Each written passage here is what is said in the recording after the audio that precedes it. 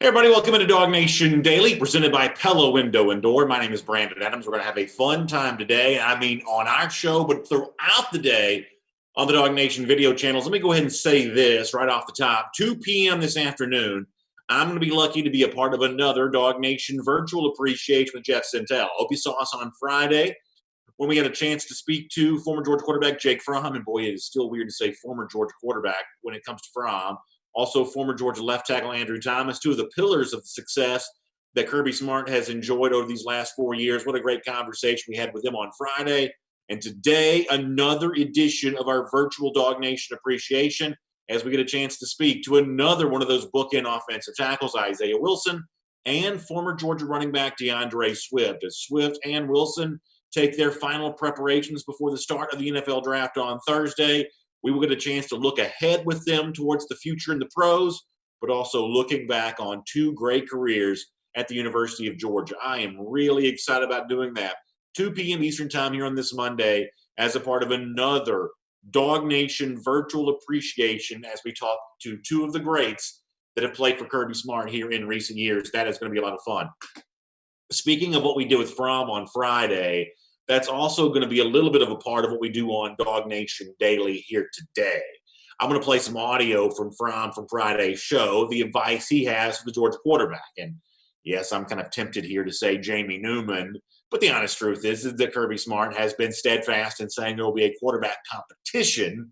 So I better not sort of assume that the advice that Fromm is giving, he's giving specifically to Newman, because Smart would say he wants to hold out the opportunity for Dwan Mathis and for Carson Beck and for Stetson Bennett. So we'll allow him to have his freedom on that. But one way or another, Jake Fromm did speak to what's going to happen after him at the quarterback spot. We'll play some of that audio on the show today. And it'll be kind of a springboard, a lead in to more of what Kirby Smart said on Saturday when he was a part of the virtual G-Day thing that they did. And his belief that it's a challenge for Georgia at quarterback this season because it does not have Jake Fromm.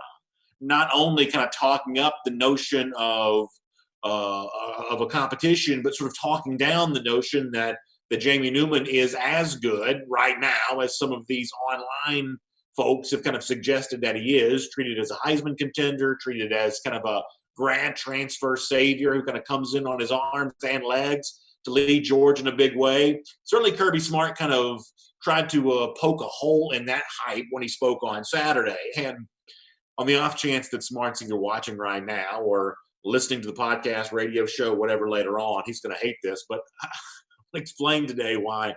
Ultimately, I think what Smart is saying with the quarterbacks is actually kind of a good thing, because follow me on this for a moment. It certainly seems like we have a little bit of a track record in the history of when someone's struggling, Kirby really talks them up. Hey, we trust this guy. We believe in this guy. There's a lot of like good cop when a guy is struggling. And when a guy's kind of like doing really well, sometimes Kirby Smart has a tendency to kind of go bad cop on him and kind of start trying to like diminish the hype. We see this example. If Kirby Smart's going into his 5th year being Georgia coach, there's a lot of track record of this. I'm not going to cite the specific examples because I don't want to call anybody out. But when a guy is struggling, Smart has a way of talking him up. When a guy is kind of doing really well, Smart kind of has a way of talking them down. So in keeping with that, the fact that he's kind of downplaying Jamie Newman might be kind of a good thing. And I'll get more into that over the course of our program here today. We're going to get a lot of your comments here coming up in just a moment, too. I was able to record a really good interview with John Stinchcomb. John told me today that he wants to be on video, so I think next week we'll have John live on the video. But for today, that's radio podcast only with John. Speaking of Jake Fromm, John makes a pretty strong case for why Jake Fromm may be an underrated draft prospect heading into the weekend. So good stuff from John Stinchcomb on that. We'll look forward to doing that with him on the podcast and radio show later today. Georgia got some good news on the recruiting front. 4-star, I'll call him an edge rusher, Elijah Judy out of Philadelphia. He announced his pledge to the Bulldogs Sunday afternoon. And, this is obviously good news. John also kind of got in more about what makes an edge rusher impressive. And when you look at a guy like Judy, what it is that you're looking for, I think it's kind of cool that he follows the path that Mark Webb and DeAndre Swift just sort of previously traveled. I guess you have to sort of add a Keel Crumpton into that discussion too. These Philadelphia area guys that have ended up at UGA. And ultimately, I think all backgrounds can benefit you. Someone from a high socioeconomic background can benefit from the specialized training he can afford to buy. Someone from a low socioeconomic background can sometimes benefit from the fact that he wants to work hard and sort of support his family after he's done. The same thing can be from your geographic background, too. Some guys seem to benefit from kind of coming from the country. They seem to be impacted by that in a positive way. Other guys seem to be positively impacted by having kind of grown up in a big city environment. DeAndre Swift is someone who I think you could say the latter about. This is a guy who's sort of spoken openly and honestly in the past about how being from Philadelphia shaped him. And we all remember the commitment video he did that was kind of an homage to Rocky Balboa. And one way or another, that sort of Philadelphia toughness that Rocky once embodied in a movie, DeAndre Swift seemingly embodies in real life. That does seem to be a part of the psyche that Swift brought with him to Georgia. And so more of that, the person of Elijah Jeudy, I can tell you, that is not necessarily a bad thing. And I guess kind of one more point on this, and I promise I'll get into some comments and we'll kind of roll on both Facebook and YouTube. So I'm watching the Michael Jordan doc last night, the Last Dance thing. I hope you got a chance to see it. I thought it was really good. It was fun to see everybody kind of into it and kind of enjoying it. The whole thing was just, pretty well done by ESPN. But ultimately, watching this thing last night, there were like two really big takeaways from me about it. And I think they very much tie into what we speak about on recruiting on a regular basis here, which is one of the most, sort of the hottest topics on DawgNation Daily, presented by Pella Window and Door every single day. And the Jordan doc, I think, reinforced what we talk about with recruiting all the time. First of all, there are two ideas that are unmistakable in this. That when you see Jordan's success, the impact on that final season for the Bulls and those 6 championships that he put together, clearly his competitive fire is his best asset. There's nothing more important in sports than that desire to compete, that will to win. Jordan clearly had that. I think that's unmistakable from watching The Last Dance last night. And the other thing that's just as unmistakable is that even though competitive fire is the most important asset that any athlete can possess, it is also the most difficult thing to measure, because in terms of Jordan, he was seemingly improperly measured throughout the entirety of his life, famously sort of cut from his high school team. And even if too much gets made of that over the course of time, the truth is it did happen, and he would eventually go on to be a McDonald's All-American. He gets to North Carolina. He was sort of thought by Dean Smith, a legendary great coach, to be kind of an ensemble player with Sam Perkins and James Worthy and other guys that kind of came through that program. He certainly was not the featured piece of the program. It was just sort of one of many pieces. Then when he's drafted, he's not drafted number 1 overall. And as wrong as that seems now, as folks were saying in the documentary last night, the truth is Akeem Olajuwon was viewed at the time of being the better prospect. Jordan would have never gone number 1 no matter what because of how respected Akeem was coming out of Houston. And obviously Sam Bowie goes number 2. So the point here is competitive fire matters more than anything else. And yet competitive fire is also the most difficult thing to measure. It was sort of amazing to hear Bobby Knight say after the 84 Olympics, this is the best basketball player I've ever seen. But that was only when that sort of competitive toughness that Jordan has was sort of fully coming into focus. Now, what does this have to do with recruiting?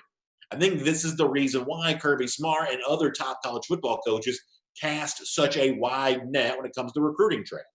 Because you can measure how high a guy jumps, how fast he runs, how big he is, how strong he is. Even the cone drill stuff can give you an idea of how quick he is. But how mentally tough he is, how much he wants it, how much he wants to compete. They ain't invented the drill yet, and I use bad grammar intentionally. They haven't invented the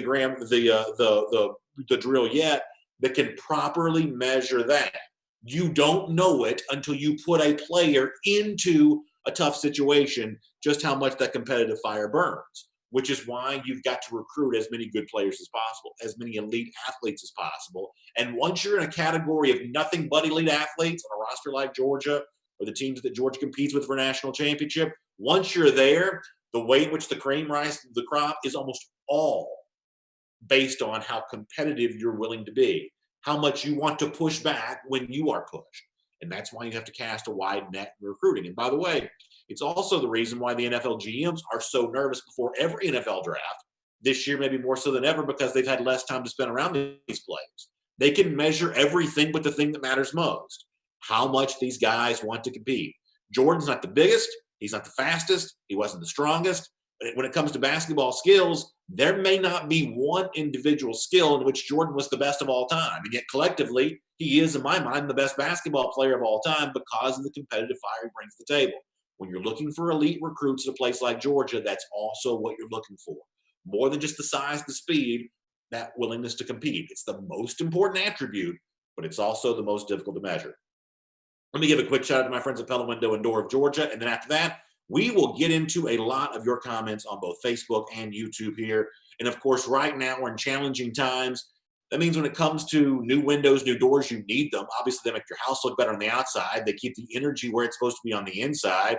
But some people are a little anxious, a little nervous right now about doing business face-to-face. That's why PellaBranch.com has sort of set up a virtual meeting system that you can go to. Pella Window and Door of Georgia at PellaBranch.com is the email address, the way that I should have said that. So you can kind of get your appointment schedule there, much the same way I'm speaking to you through the magic of video right now. You can speak to an expert from Pella Window and Door of Georgia as well, and then kind of come up with the plan for you. It's no pressure sales situation, just lots of ideas about how windows and doors can be installed for you. There's also a great deal right now. You can get, between now and April 23rd, you can get all your windows replaced for as low as $78 a month or 40% off qualifying installations. Just go to, as I said before, the website, PellaBranch.com. That's PellaBranch.com, or give them a call. They're Dunwoody Showroom, 404-445-2979. That's 404-445-2979. Pella Window and Door of Georgia is viewed to be the best. All right, let me start over here I'll start on YouTube today, and we'll kind of see how folks are doing there. We'll kind of roll through, get a lot of your comments, and just generally speaking, have a good time. I'm really glad to be with all of you here today. So let's find out how things are going on the YouTube side of things. Take a lot of comments. Don't forget, 2 p.m. this afternoon, me, Jeff Sintel, DeAndre Swift, Isaiah Wilson, another edition of our virtual DawgNation appreciation. Really looking forward to that. Really looking forward to that. By the way, the Jordan versus LeBron debate has already started on YouTube. Somehow I'm not quite surprised by that, but that's pretty good to see. I like what Brady Pest Management says. It says you cannot measure intangibles. MJ's teams were so average on talent, yet he still won. And that difficulty measuring the intangibles is, I think, the point I was kind of making before. It's one of the reasons why we talk about multiple wide receivers in every class. Elijah Judy's a very impressive, outside linebacker, defensive end type guy, but that's not the only player at that position we'll talk about during this recruiting cycle. You bring in more guys than you can play, because ultimately how they're going to respond to a place like Georgia, we just can never really know until they're actually in that situation. As smart as the top minds in football are, coaches at the college level, coaches in GM at the NFL level, they have not developed that way to measure what's inside of a player. And ultimately, what's inside of a player is way more important to his overall success than the stuff that we can measure. How big he is, how strong he is, how fast he is. Because it's not just Jordan for whom this is true. Look at Tiger Woods. I think you'd say the same thing about him. For as far as Tiger Woods hit the ball when he first became famous, the truth is Tiger's by no means, nor has he ever been in this era, the longest hitter on the PGA Tour. He just hasn't been. And yet he's still the best golfer of this era. Same thing for, my era, Jerry Rice. Jerry Rice, arguably the greatest receiver of all time, and yet, from a size standpoint, from a speed standpoint, so many other guys who played that position have brought more measurable talent than what he brought to the table, and yet he just wanted it. That thing inside you that makes you want it more is the most important thing, but also, as Matt tells us, the most difficult thing to measure. All right, a couple other things here. Boy, people are into the Jordan LeBron thing, which I'm not surprised about. Memphis Dog says, can we get some game film of Judy? Yeah, Memphis, we don't have it right now, I don't think, but we can get some for you, and we'll probably show that. I'm sure Jeff will have some Wednesday on Before the Hedges presented by Kroger, and we'll get some of that too to maybe show on here as well. I know the people that have watched that film closely have liked it. So I think we've got a little bit of film of Judy making his announcement. But as far as that game film goes, we'll get some of that kind of as quickly as we can. Shane Elliott says, and I know I got some Twitter questions about this too, we're going to do some Falcons talk before the draft. We're going to try to. We are absolutely going to try to do that. So I know Chuck's been super busy because he's been getting guys ready for the draft, his own personal training and stuff. But we've kind of had some conversations about this. I don't know what day it's going to be yet, But one way or another, we're going to try to do something NFL draft related, and we'll do it kind of from the NFL perspective more so than just the Dog Nation perspective. Richard Smith, thanks for the kind words in the air, boy. I appreciate that. I feel like it's getting long, but thanks for the kind words. I'm gonna let the YouTube folks do the Jordan LeBron thing here for a minute. I mean, it's probably not a huge surprise to y'all that I come down Jordan over LeBron on that debate. So here's the idea that I had. I probably won't pull this off because, you know, sometimes these ideas end up on the cutting room floor. So I had this thing I wanted to do. And I wanted to call it the great, instead of great debate, call it the great dog bait. And I wanted to get as many Georgia people as we could. Old-time Georgia players, recruits. You know, I probably wouldn't get much access to the current Georgia players, whatever. But if we asked like the entire, and we got a bunch of Georgia guys that watch us from time to time, we'll let some of them weigh in if they happen to be watching. It's like get as many UGA guys as we possibly can, and they can weigh in on the Jordan LeBron debate. Is this thing going to all be along like generational lines? Like, is every recruit going to say LeBron? Is every former player going to say Jordan? Is that the way that's going to go? We may do that as an experiment at some point in time to kind of see how this plays out. But I definitely had the idea with that. Randy Hall on Facebook. Boy, I'm getting compliments on the hair today. I don't even know what I did, but whatever I did, I'm glad to know that. I'm feeling pretty good about that. Oh, by the way, you know Wayne Folan's happy today because Wayne, one of our Facebook commenters, is from Pennsylvania. He's talking about Philly strong over here. I said this before. I like the way that Philadelphia has seemingly shaped DeAndre Swift. I'm sure it's true for Webb, too. I just have personally talked to Swift about this more. I've heard him talk about it more. So I like that big city toughness. There is a certain sort of, is the word hard scrabble, is that how you say it? Or is that what I'm looking for here? There is a certain thing you have to kind of make it in a big city. Listen, I was in Philadelphia most recently. It's been a number of years. The last time I was in Philadelphia was the 2005 NFC Championship game. I was up there when the Falcons played the Eagles. It snowed about 9 inches, like so much so that the snow was like above my calves heading towards my knees. And that's like a regular occurrence in Philadelphia. There is a kind of toughness that those winters bring about that kind of turns you into something, right? And listen, as I said before, you know, you go down to like South Georgia, you know, Peach County, places like that. There is also a toughness that gets formed there for a very different kind of reason. As I said a moment ago, your background, no matter what it is, can work to your advantage if you want to try to be an elite athlete. But in the case of DeAndre Swift and Mark Webb too, there's just kind of that big city, you know, there's a coolness that those guys possess, I think, that kind of is informed by that. But their background has just kind of helped them. I mean, and I like the idea that Georgia's got a little bit of that big city toughness, you know, going on. And the fact that Judy might bring some of that to the table, I think is pretty good too. For whatever reason, I've kind of always, you know, just seem to notice that. I think in the case of Swift, I'm also just really influenced by the fact that he did the Rocky Balboa commitment video. So I've kind of always thought of as like Georgia's version of Rocky Balboa ever since then. So I'm probably just sort of influenced by that. But that's kind of the point I'm kind of coming from on that. Killian Worthy also bringing up Bill Russell here. So I won't do a ton on this because people will freak out if we're not talking Georgia football. But when it comes to like Russell and guys like that, you got to judge them against what they're playing against. So you can't compare Bill Russell to LeBron because of who Bill Russell's playing against. And it is kind of funny when you watch some of those highlights of like the era back then. I mean, it's just crazy how different the game of professional basketball looked. It's like Bob Cousy was sort of thought of as like the human highlight reel for like just doing like one behind the back pass. I mean, like it's just a very different sport. But you've got to judge Russell against his contemporaries. And what he was doing during that time is really pretty amazing. Do I take his number of championships as seriously as I take the smaller number for a guy like Jordan or a guy like Magic Johnson? Probably not. I probably take those championships overall with kind of a grain of salt. But ultimately, you can only judge Russell against the competition that he played against. And obviously, his dominance in his era, I think, should stand alone. If you say, well, it's not enough for me to put him ahead of a guy like LeBron, that's fine. You may be justified in feeling that way. But I'm not going to penalize Russell for the era that he played in because look how he looked compared to the guys he was playing against. Robert Barnes says Judy's a very good football player, regardless of where he's from, and a very good student, too. Jacob O'Neill says, I just woke up too.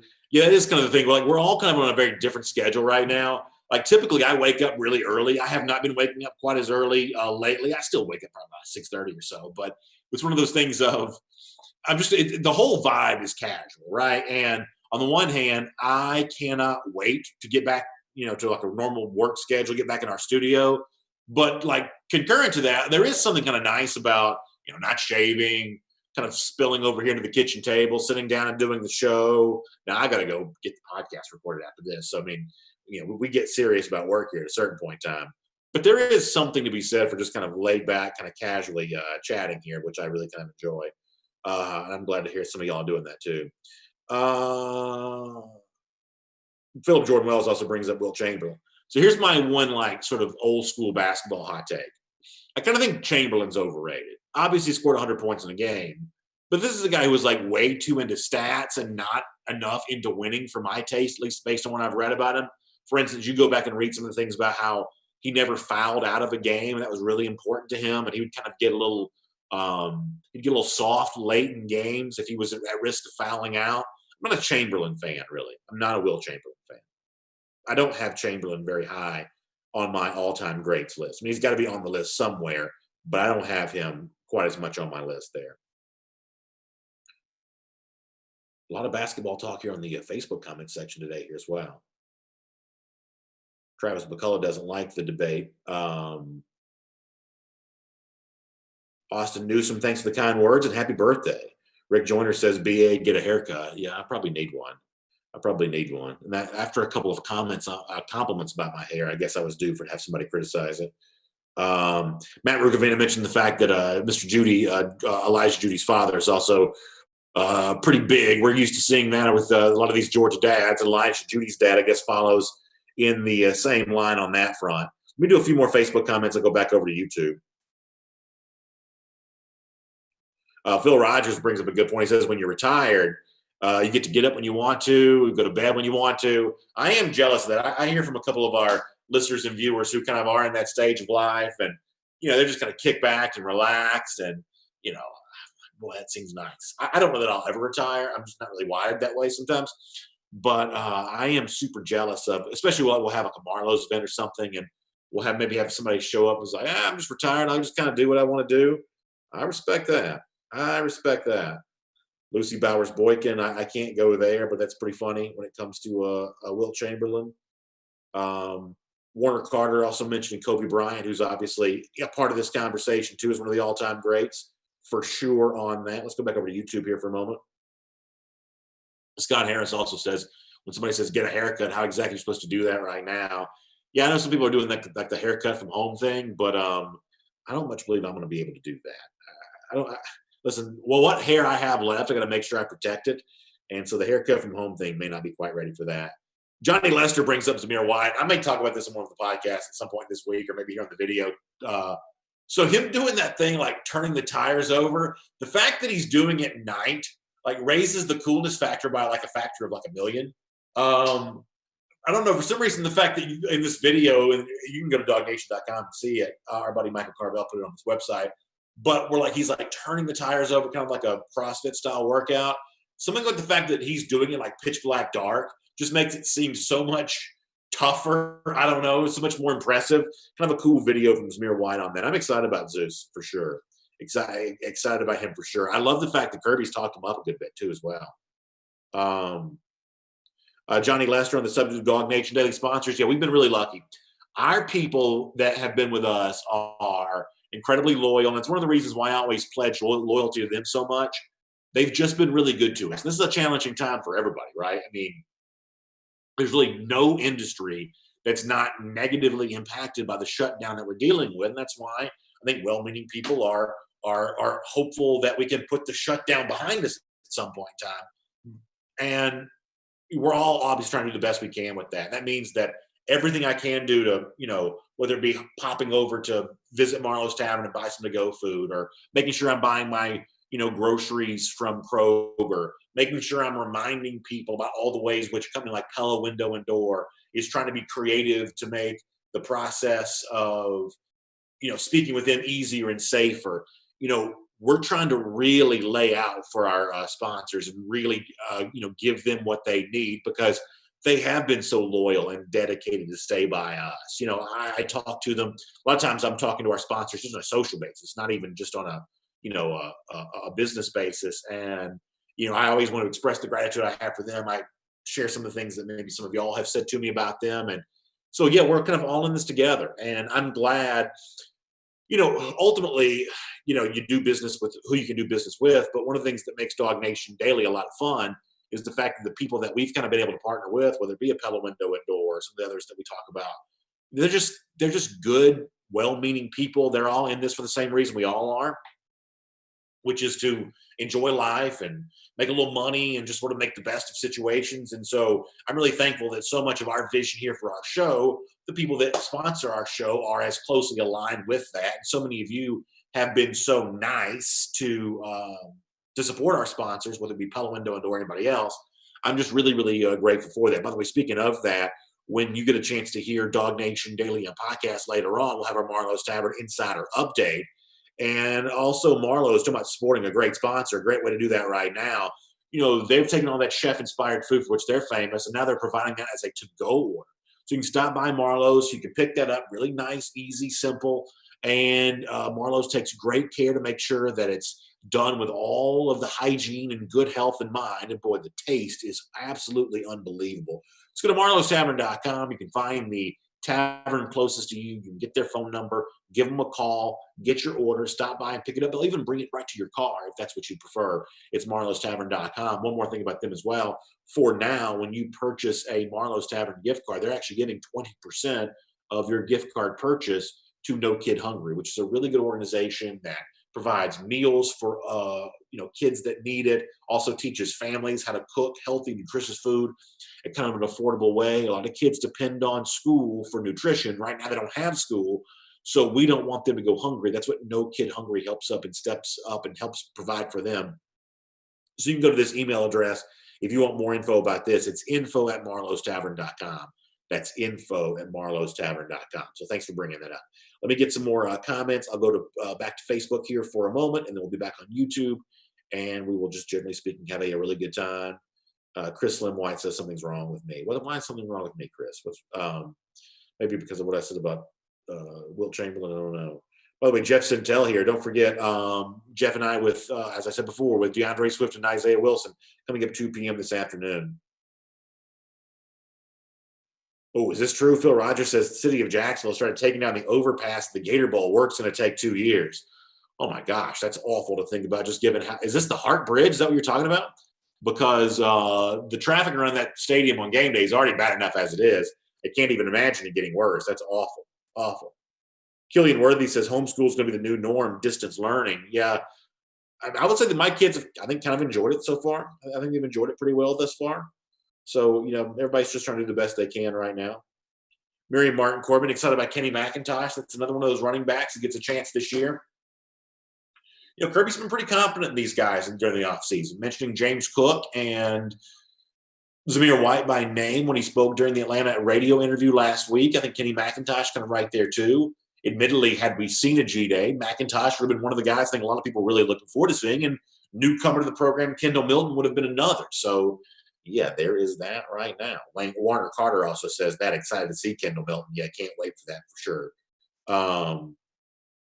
for sure. For sure. Let's get a few more here. Randy Hall also mentioned Jerry Jeudy. He says his dad looks like a bodyguard, looks like a pulling guard. Yeah, that's really something. He's a pretty impressive physique all the way around. Don't think I didn't notice. Randy Hall says, what are the thoughts on the distance draft on Thursday night? So the fact that the NFL is going through with this, I think, is really important.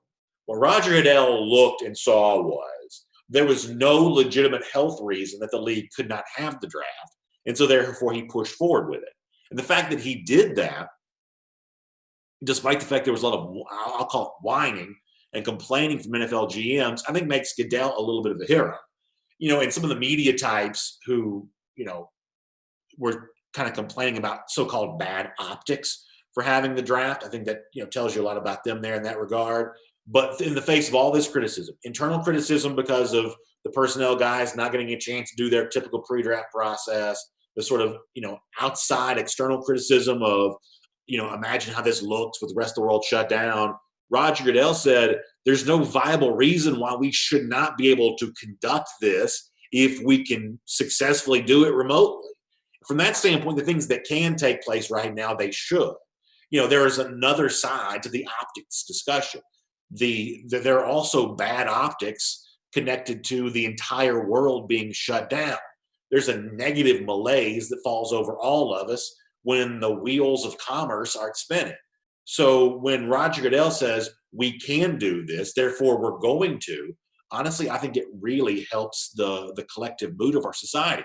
I mean, case in point, think about all the fun debates in our comment sections today that are going on about Jordan and LeBron and Bill Russell and all these guys on the basis of a show that aired on ESPN last night. We're a college football show devoted to Georgia football, but plenty of our commenters are having a really good time doing this, which just gives you an idea of the emotional lift a show like that can have, even though the footage being shown is, 20-something years old or whatever. The same thing kind of goes to the NFL draft, which is even more so because it's actual in the now real sports news. So the fact that it's taking place this week, I think is great. I think it will be funny to watch these guys handle the technology.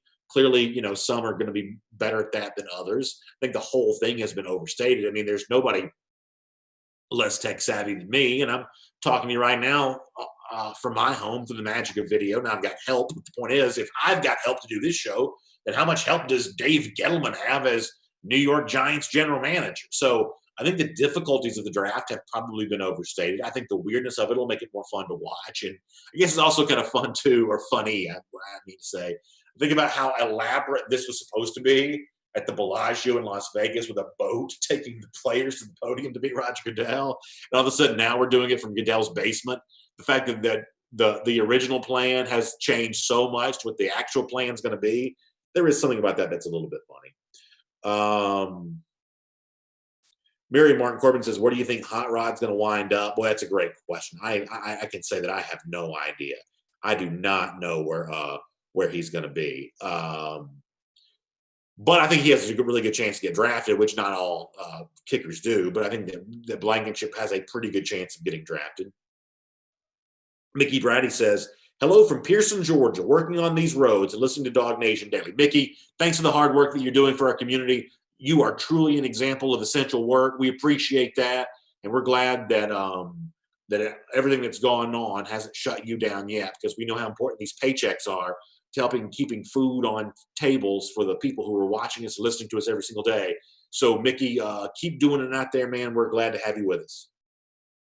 Devin Glenn predicts that Mims or Williams will commit next. I'm sure y'all saw the interaction that James Williams had with Kirby Smart on Saturday during the so-called virtual G-Day. Amarius Mims, at one point in time, I think said he was going to try to go in October. Be interested to see if he still waits that long. Jay Shipe says, weird to see Bama so low in 2021 recruiting, only 3 recruits. Moving up that list fast is UGA. That's true, but it also kind of reminds me of where Georgia was in the 2018 cycle as well. A lot of these programs that know they recruit at an elite level have just kind of gotten comfortable knowing they can wait. And so I don't make too much about that with Alabama. I will say this, though, about Nick Saban. I'm going to do more of this in the podcast today. Saban said something over the weekend. I think he was doing it. I don't know if it's his own virtual G-Day or what, but or A-Day, I guess he would call it. But he was talking about the new strength and conditioning coaches. And in the midst of talking about this, references the idea of injury prevention like 17 times. I'm exaggerating, but it seemed about like 17 times. The point here is hard not to take from that the insinuation that some of the injuries that have happened in recent years for Alabama, Dylan Moses and others, it almost seems like he's blaming Scott Cochran for that, which is a bad look. And the kind of thing that if Saban didn't have the national media in his back pocket would have a way of really blowing up in his face. I mean, you do not want to set up a scenario where you now take responsibility for the injuries that occur with your program, because the truth is all this is random and sort of based on, bad luck is the kind of thing that everyone has to deal with. And by the way, I'm very consistent on this, because when some of the media at Auburn a couple of years ago were criticizing Gus Malzahn for some of the injuries that his program had sustained, I said the same thing then, that for the most part, it's ridiculous to criticize the coaches when one of the players gets hurt because football's a tough, violent game. Uh, Tendons, things like that, are prone to damage. It's just a cost of doing business. And for Nick Saban to say, hey, we think these new strength coaches are going to be good because of injury prevention, you are now opening the door to be judged on how healthy your players remain. So if another Alabama player gets hurt, and over the course of the season, one of them probably will because it is football after all, then I think it's fair game. I think the media ought to point at Nick Saban and said, you said that you were essentially taking responsibility for injury prevention. What do you say about this latest injury? I don't know that the media will do that with Saban, but I think they probably should. By the way, speaking of things that should be done, here's something you should do. I hope you'll read the story that I wrote yesterday at DawgNation.com about a really fun company called Sock Fancy. Now, Sock Fancy is a sock subscription service. And so you can sign up for the subscription service, you get the socks delivered to you. But today, I'm talking about something different. What Sock Fancy's doing, and I wrote the story yesterday for DawgNation.com, the CEO of Sock Fancy is a UGA grad. That's kind of the tie-in to Dog Nation. And so instead of making socks right now, Sock Fancy's making masks. They're kind of cool-looking masks, facial protection to kind of wear when you go to the grocery store or something like that. And for every mask that is sold, Sock Fancy is going to donate a mask to someone in need. Now, when we were kind of talking about this, they were telling us that if you guys have a recommendation for where you want the masks to be sent, we can all talk about that. And so behind the scenes, me and some of the folks here at Dog Nation were kind of talking about, well, what would we want to do? Where would we want to send masks if we had to? And there's obviously a lot of places that you could potentially send masks. And by the way, these aren't like the N95 masks that the doctors wear. This is just like a sort of a cloth CDC recommended facial covering to kind of wear when you go out in public. So this is a different kind of mask than maybe what you're thinking about. But it's still the kind of thing that is in line with CDC recommendations right now. So we said, where is a place that we could send masks that could really benefit from? And the idea came up of what if we sent them to daycare centers? Now, here's the reason why I think daycare centers is an important place for these masks. Because as Nikki Brady mentioned a moment ago, there are people right now that do not have the choice of staying home. They are doing essential work. They are doing work, and really all work is essential when it comes to taking care of your family. Gosh knows I understand that, given everything that we're dealing with. I'm really, really blessed in that about a year or so ago, we made the decision, my wife, who has worked the entire time that I've known her and the entire time we've been married, certainly, she made the decision, we made the decision that we're gonna give it a go for a while with her staying at home, with her not working.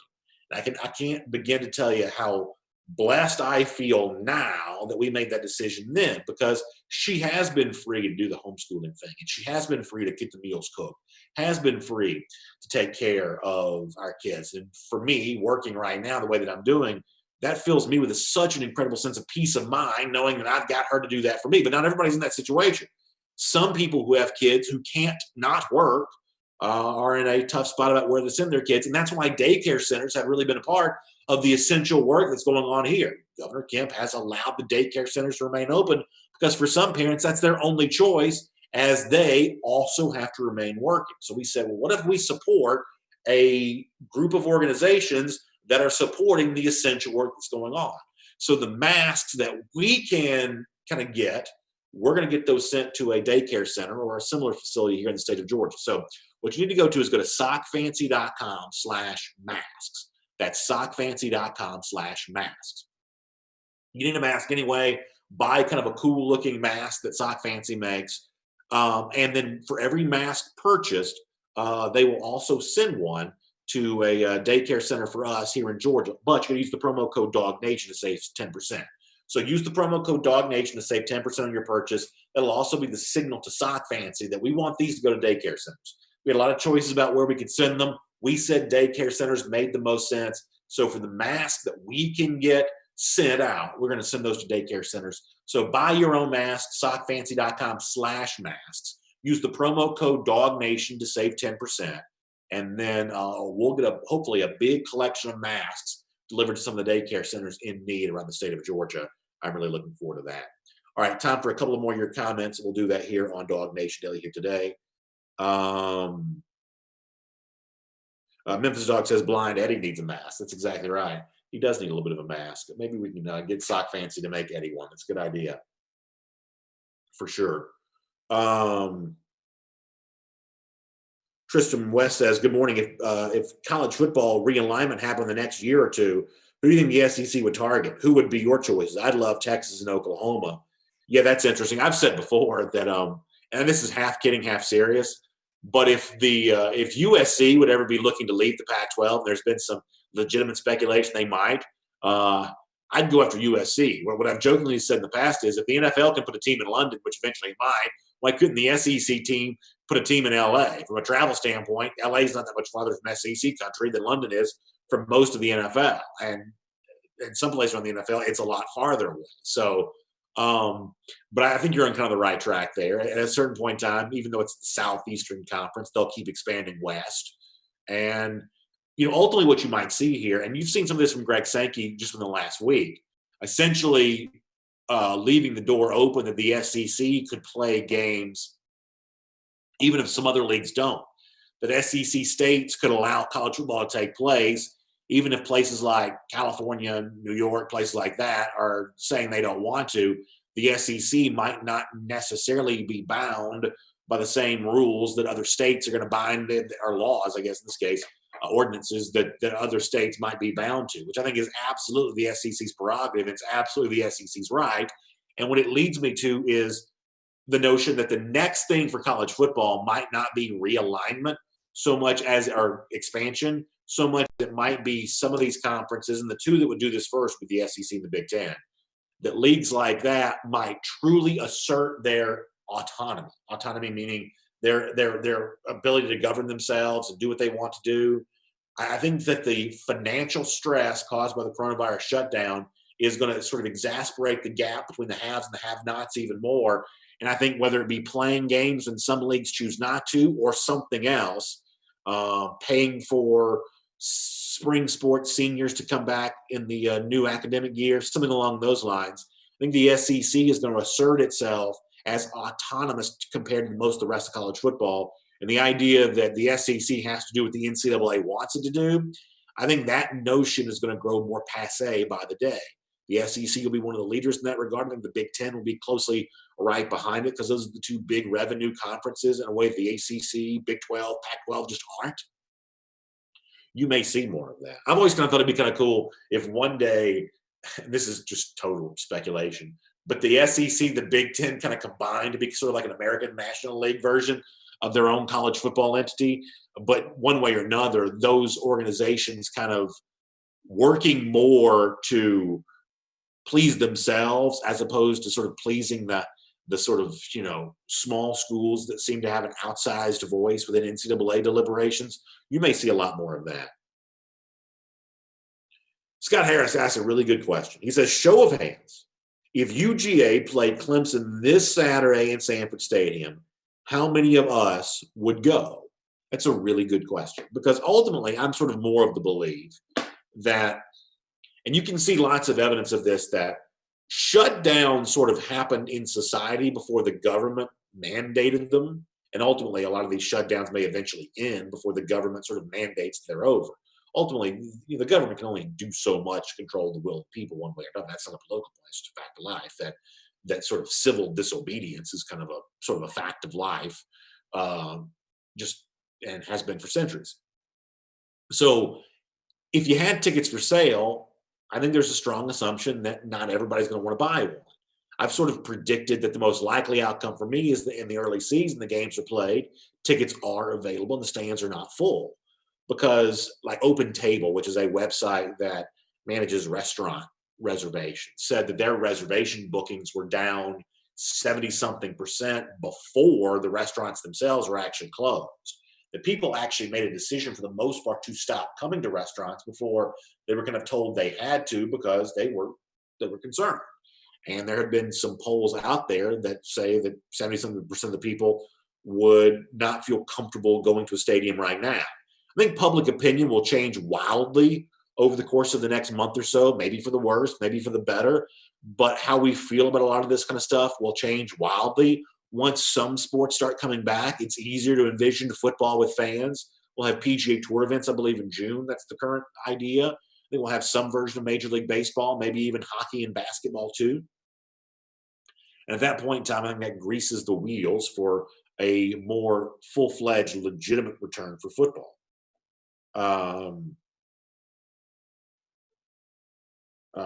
Billy Jean says, why is Florida State not in the SEC? So at one point in time, I guess they almost could have been before they joined the ACC. I think there's a pretty good story out there about how Florida State actually ended up in the ACC. Kevin Jones says, we need your post-spring prediction. What are your predictions for the Dogs in 2020? So I feel very comfortable saying, and I've been kind of, I guess this way for a while. My big hot take prediction is I think Alabama beats, I should say the opposite. Let me rewind the tape. I think Georgia beats Alabama twice. I think it beats them in September. Dogs beat them again in December. Georgia wins the SEC, makes the college football playoff. Beyond that, is Georgia ready to win a national championship? I guess I'll reserve the right to make that prediction later on. But at the very least, I am comfortable picking Georgia to win the SEC. Beyond that, mileage may vary. But at the very least right now, Kevin, I'm comfortable with my pick of Georgia to win the SEC. Scott Harris says he got engaged 2 weekends ago, bringing new Dog fans into the nation. Love that, Scott. Congratulations to you as well. Really proud to hear that news for you. As we roll into our RS Andrews cool down here, I'll also get a few more comments on Facebook. And then after that, we got to get ready to go. Don't forget, DeAndre Swift, Isaiah Wilson, another edition of a virtual DawgNation Appreciation Day at 2 p.m. Also, John Stinchcomb coming up as part of DawgNation Daily, presented by Pella Window and Door on podcast and radio here in just a little bit. How about this from Rich Olenek? This is a pretty strong prediction. He says he's going to play Texas A&M in the SEC championship. So earlier I deliberated on this, that maybe A&M will win the West, because I do think that A&M, easier schedule this year, kind of a series of really good recruiting classes stockpiled by Jimbo Fisher, experience at quarterback. That's what Kellen Mond brings to the table. I think that I like A&M a lot, and the chances of having like an 11-1 regular season, something along those lines, I like that pretty well. Ultimately, though, I'm going to stick with Alabama in the SEC West simply because I'm still not sure how well A&M runs the football. I think the process of taking what has been mostly a finesse-based team, which is what Kevin Sumlin was, to what Jimbo Fisher wants to be more of. Don't let his history teaching quarterbacks fool you here. Fisher is very much going to cut from that same cloth in a lot of ways of Kirby Smart, even though his expertise is on the other side of the ball. Jimbo Fisher likes physical football. And I think that instilling physicality at a place like A&M, as I said on Friday's show, I think that Texas high school football is not as physical as it should be. Not compared to Georgia. That physicality is hard to instill in College Station. It's been a slow uphill climb for Jimbo Fisher. That may be the thing for me right now that prevents me from picking them to win the SEC West. But clearly, this is the best team that A&M, I think, has had since it's been in the SEC on paper, and including the Johnny Manziel teams in that. For teams like Auburn and LSU, that A&M game is going to be a big swing game. And for now, I like A&M in both those spots against both those Tigers. By the way, speaking of RS Andrews, don't forget, air conditioning, heating, plumbing, and electric, RS Andrews can do all of that for you. That means if your water heater goes out, in many cases, RS Andrews can replace it the very same day. But you've got to find them online at rsandrews.com. Travis McCullough checking out, it looks like, but checking back in for 2 today. Looking forward to seeing all y'all. Appreciate that. Jonathan Harding says, in Zeus we trust. Also got a baby on the way in 2 weeks. Jonathan, prayers out for you and yours on that. Best of luck. Let us know how that goes. I'm glad to have you with us today and celebrating that good news on the rise. And I agree with you that Zeus flipping that tire like it was nothing was pretty impressive. And as I said before, the fact that he's doing it in the middle of the night somehow made it seem even cooler. That was pretty good stuff all the way around. Good stuff there. BJ Weiss says, if you sweep Bama this season en route to a national championship, does that avenge our last 2 losses? I think it does. I absolutely think it does. Robert Barnes says he's narrow-minded about the upcoming season. Let's win the East for a 4th straight year and then go from there. Boy, you got to go back a long time to find 4 straight divisions I think it's Florida in the mid-90s, right? In the SEC East anyway. Because did Bama ever win 4 straight? I don't think they did they? Did not win it in 17. Didn't win it last year. Did win it in 16, 15, 14. They won it 3 straight years. Um, yeah, they won it 3 straight years. But I don't think they ever won it 4 straight years under Nick Saban. So history could be made there. Billy Hurley, that's a funny line. That's a funny line. Good stuff, Billy. A couple more we got to go here. Tristan West, like my idea of the Big Ten, the SEC breaking off. Frank Patterson says, "Did I see Jake Fromm's Wonder League score?" Yeah, well, he got a very high score. I was glad for him. Very impressive. Shane Elliott says the GOAT all time on offense and defense. Obviously, Herschel's the offensive guy. Defense is more of a debate. Mine's probably down to Pollock or Roquan. We may have to get into more of the Pollock-Roquan debate at some point in time. That's pretty good. Dallas Schwartz says, I was putting up the V for victory a moment ago. It gives us the fight on. Jay Shipe says the YouTube comment section has been decidedly troll-free today. Well, that's not too bad. Hey, don't forget to check out AJC.com for your Atlanta News Now. That's AJC.com at Atlanta News Now. Not Atlanta News Now. Get Atlanta News Now at AJC.com. It's just a really good way to kind of keep up with everything kind of going on in the world right now. The coronavirus coverage has really been parallel. I know sometimes it can feel like it's not good news, but staying on top of the news is really, really important. Very important. And right now, Governor Kemp working really hard to get this economy open again, the state open back up again. We're cheering him on as he gets ready to do that. I know many of you feel the same way. And really all of our elected officials across the state, regardless of party lines, doing good work to get the state back on track again. It's important. And the scientists and the health type folks who are making all that possible, they have our undying devotion as well. So as Georgians, we're all in this together. So best of luck on that. Good comment from Steve Hummer looking at some of those what if scenarios around the world of sport. That kind of stuff is popular right now. Hummer's got a good column on that. Also, some really good stuff and a chance to celebrate some great beers that you can enjoy where you're kind of locked down on some coronavirus stuff. So check out AJC.com for your Atlanta News Now. Get the daily AJC e-paper just the same way you would as a subscriber right now for free when you check out AJC.com on that front as well. Gator Hitter Updater, I don't have the number in front of me. Maybe Michael's got this on the screen. I can't quite see it if it does. But Gator Hitter Updater, don't forget Lousy Stinking Gators. We love the idea of long winning streak against the Florida Gators here, and we'll celebrate that with a Gator Hater Updater here today. Y'all have a good day. I got to go. I got a podcast to get ready. I got to go fast here.